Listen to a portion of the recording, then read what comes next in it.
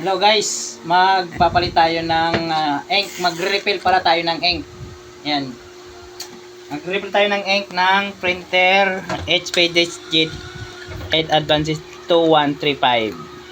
Papa, Ayan. Ito mga gagamitin natin. Sirin. Tapos itong tricolor. Cyan, yellow, magenta, at black. Okay. Hello guys. Okay, buksan natin to para makuha natin yung ink. Silip natin. Oh, yan. Silip. Kailangan antay lang natin yan. Yan, pag ganyan. Kasi empty na to eh. Yan. Silip natin nga guys. Ito ang 680 tricolor.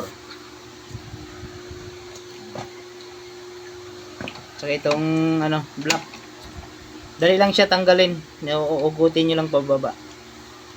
Oh, yung black.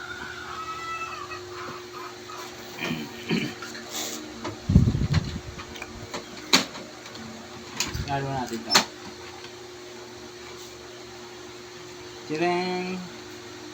Hello guys. Kuha ng tissue. Thank you. May laman pa to eh. Black.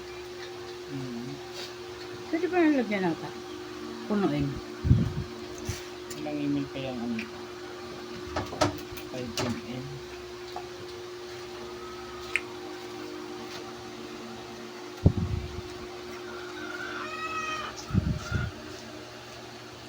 Mamaya muna eh. Okay. Sasaling-saling din